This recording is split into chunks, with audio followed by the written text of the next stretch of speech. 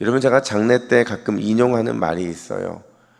웩 선교회의 창시자인 찰스 스터드 목사님이 하신 그 유언과 같은 말씀인데, 어떤 말씀이냐? 한 번뿐인 인생 속히 지나가리라. 오직 누구를 위한 일만이 영원해요? 그리스도만을 위한 일만 영원하다. 여러분, 우리의 삶의 목표는요, 오직 예수 그리스도여야만 해요. 그분을 기쁘게 하는 일이 우리의 제1의 목표이고 가장 중요한 가치인 거죠. 왜냐하면 우리 인생의 종말의 때에 이 땅에서 모든 것은 사라져요. 내가 세웠던 공든탑도 사라지고 내가 했던 모든 일들 다 사라지는데 오직 뭐만 남아요? 그리스도를 위해서 했던 일, 그걸 중심으로 했던 일만 남기 때문에 그런 거죠. 오늘 본문은요, 여러분, 아주 특이한 구조로 되어 있어요. 어떤 구조로 되어 있느냐? 예수님께서 성전에 들어가셨어요. 그리고 다시 나와서 베다니로 가세요. 그리고 다시 성전에 들어가는 이 구조로 되어 있는데, 중요한 건 이 과정에서 두 가지 사건이 발생한다는 거예요. 하나는 무화과나무 저주 사건이고, 다른 하나는 성전 심판, 성전 척결이라고 하는 그 사건이 일어나는데, 결론적으로 말하면 무화과나무 저주와 성전 심판이 연결되어 있다, 연결되지 않았다? 연결되어 있다라는 겁니다. 똑같은 얘기를 무화과나무 저주를 통해 말씀하시고 똑같은 얘기를 성전 심판을 통해서 말씀하시더라는 거예요. 과연 이 두 가지의 공통된 연결점을 통해서 오늘 주님이 우리에게 뭘 말씀하시느냐? 첫 번째로, 여러분, 우리의 신앙은요, 잎사귀가 중요한 게 아니라 열매가 중요하다라는 사실이에요. 일전에 제가 신방을 할 때 어떤 집사님이 계셨어요. 근데 이분이 늘 하시는 말씀이 뭐냐면, 집에서 귤나무를 키우는데 이 귤나무가 1년이 지나고 2년이 지나고 3년이 지났는데도 열매가 없다라는 거예요. 근데 잘 아시겠지만 이 귤나무라는 게 사실은 예쁜 게 별로 없어요. 어떤 귤나무는 가지만 무성하고 잎사귀 몇 개 없는 경우도 있고, 잎사귀는 풍성하지만 열매가 없는 경우도 있다라는 거죠. 그래서 제가 늘 물었던 질문이 뭐였냐면, 집사님, 올해도 열매 없으면 그 나무 어떡할 거예요? 맨날 물었거든요. 근데 아니나 다를까 제가 그 집 신방을 가서 이렇게 보는데 여전히 이 녹풀어 있는 그 나무 가지는 있는데, 잎사귀는 있는데 뭐가 없었을까요? 귤이 열매가 없는 거예요. 그래서 제가, 집사님, 드디어 이 나무 버릴 때가 됐네요, 이랬더니 하시는 말씀이, 목사님, 잘 보세요. 잘 보세요. 이 녀석 오래 살았어요, 이러는 거예요. 가만히 봤더니 귤 껍질이 초록색이다 보니까, 여러분, 귤 나무가 처음 귤이 열렸을 때 초록색이잖아요. 그 조그만 거 하나 열렸는데 그것 때문에 이 귤나무의 운명이 죽음에서 살림으로 변화되더라는 거죠. 여러분, 신앙생활 하다 보면 종종 우리는 풍성하고 화려한 잎사귀의 마음을 뺏길 때가 있어요. 당시 종교 지도자들이 그랬고, 심지어 예수님의 제자들도 그랬는데, 이 제자들의 경우에는 3년 동안 하나님 나라와 복음에 대해서 너무나도 많은 것을 보고 들었어요. 그럼에도 여전히 세상의 왕, 자신들이 만들어낸 왕이 되실 예수님, 그 예수님 속에서 외적인 화려한 것들에 마음을 뺏기고 있더라는 거죠. 그런 그들의 모습을 무화과 나무에 빗대서 예수님이 이렇게 말씀하세요. 우리 14절 말씀을 같이 읽을까요? 시작. 이제부터 영원토록 사람이 내게서 열매를 따먹지 못하리라 하시니 제자들이 이를 듣더라. 자, 여러분, 예수님께서 왜 이런 저주를 선포하셨죠? 이런 저주를 선포하신 이유는 13절에 보니까 잎사귀 외에 아무것도 없었기 때문인 거죠. 열매는 없고 잎사귀만 가득하다 보니까 이런 저주를 받게 됐다라는 거예요.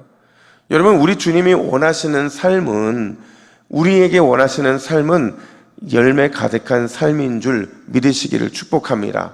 여러분, 예수님은 우리에게 열매를 기대하세요. 우리에게 열매를 기대하시고 열매 맺기를 원하신다라는 거죠. 이 말은 바꿔 말하면 단순히 교회에 예배하러 나오거나 적당히 봉사하고 정말 적당히 신앙생활하는 이런 맹목적인 잎사귀 가득한 신앙생활이 아니라, 우리 주님이 원하시는 거는요, 예수님과 영적인 친밀한 교제를 나누는 거예요. 영적인 인격적인 교제를 나누는 거예요. 그분의 뜻을 따라 생각하고 그분의 뜻에 따라 말하고 행동함을 통해서 내 인격이 변화되고 나의 거룩한 삶의 열매가 가득한 것, 우리 주님은 그걸 원하신다라는 거죠. 사랑하는 여러분, 오늘 이 새벽에 잎사귀가 아니라 열매를 구하시기를 간절히 축복합니다. 오늘 우리가 기도하는 이유는요, 잎사귀같이 이런 장가지를 위해 기도하는 게 아니에요. 열매 맺기 위함이죠. 우리가 오늘 하나님께 간절히 간구하는 이유는 응답의 기쁨, 그거 하나만을 구하기 위함이 아니라 응답을 통해서 누구의 살아계심을 체험하는 거예요? 하나님의 살아계심을 체험하기 위함인 거죠. 오늘도 예수님의 인격 담기를 간절히 구하여서 열매 가득한 성숙한 인격자들이 되시기를 주님의 이름으로 축복합니다. 뿐만 아니라 우리 신앙의 목표가 있는데 그 목표는 여러분 항상 하나예요. 한번 따라해 볼까요? 하나님의 원함. 여러분, 하나님의 원함이라는 게 뭐냐면 하나님이 나에게 뭘 원하시는가, 이게 바로 우리의 신앙생활의 중심이 되어야 된다는 거죠. 11절에 보면 아주 의미심장한 단어 하나가 등장하는데 그게 뭐냐면 예수님께서 성전의 모든 것을 둘러보셨다라는 거예요. 여기서 둘러보셨다라는 것은요, 아주 면밀하게 살피셨다는 거예요. 집중해서 관찰하셨다는 거죠. 그래서 이 말은 이렇게 표현할 수 있어요. 예수님께서 중심을 살펴보셨다라는 거예요. 여러분, 하나님이 살펴보시잖아요. 하나님의 중심이 살피면 어떤 일이 벌어지느냐? 반드시 책망이 떨어져요. 반드시 강력한 심판이 떨어지는데 아니나 다를까 오늘 본문 15절에서 이렇게 말합니다. 우리 15절을 같이 읽습니다. 시작.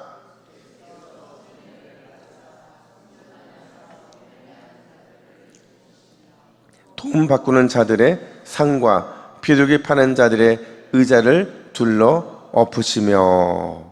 자, 여러분, 예수님께서 오늘 성경에서 유일한 과격한 행동을 하시는데 매매하는 자들을 내쫓으세요.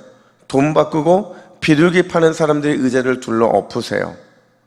여러분, 왜 이렇게 예수님이 과격한 행동을 하느냐? 그 이유는 그들의 중심이, 그들의 생각과 행동이 누구의 원함에 있지 않기 때문에 그래요? 하나님의 원함에 있지 않았기 때문에 그렇죠.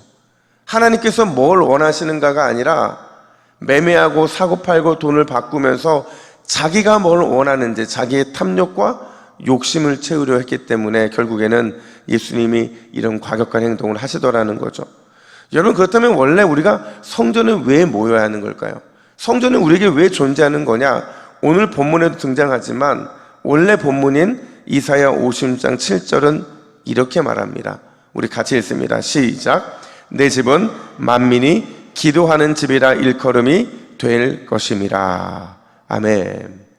하나님의 집은요, 기도하는 집이 되어야 된다는 거죠.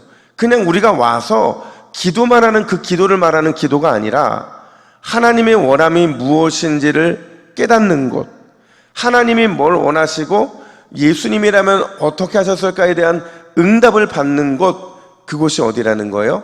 성전이라는 것이죠. 철저하게 하나님의 원함의 초점이 있는 곳이 성전이라는 거예요. 그렇다고 한다면 여러분, 교회는, 성전은 모든 초점이 하나님께만 있어야 되는 줄로 믿습니다. 중요한 건 하나님께 초점이 있는 교회는요, 반드시 하나님의 특별한 은혜가 부어지게 돼 있어요. 하나님께서 뭘 원하시는가를 살피고 또 살피는 교회는 하나님의 특별한 사랑을 경험할 수 있다는 거예요. 여러분, 교회만 그렇습니까? 하나님이 원하시는 가정, 하나님께 초점이 있는 여러분의 삶은요, 반드시 하나님의 은혜와 하나님의 특별한 사랑으로 애워쌈을 당하게 될 거라는 거예요. 오늘 이 새벽에 우리 교회가, 우리 가정이, 여러분의 영혼이 그런 교회, 그런 가정, 그런 영혼 되시기를 간절히 축복합니다. 우리 가정이, 내 영혼이 그런 교회가 되어서 날마다 하나님의 풍성한 은혜 가운데 거하시는 저와 여러분 되기를 예수님의 이름으로 축복합니다. 우리 함께 기도의 제목을 읽습니다. 화면 보시고 같이 읽습니다. 시작. 주여, 내 안에 그럴싸한 잎사귀가 아닌 아름다운 인격의 열매, 신앙 성숙의 열매가 가득하게 하옵소서. 나의 신앙의 목적이 항상 하나님의 원함으로 충만하게 하옵소서. 아멘. 함께 기도하겠습니다. 하나님 아버지, 오늘 우리가 주의 성전에 모여 기도하는 것은 우리가 하나님의 놀라운 은혜에 부어주심 그것만을 위함이 아니라 우리가 온전히 변화되고 하나님이 우리를 통해 뭘 원하시는지를 발견하기 위함인 줄로 믿습니다. 날마다 우리의 마음을 돌아보게 하시고 그럴싸한 잎사귀가 있다면 과감하게 버리고 아름다운 열매를 향해 오늘도 기도하고 구하는 이 새벽이 될 수 있도록 역사하여 주시옵소서. 감사드리며 예수님의 이름으로 기도하옵나이다. 아멘.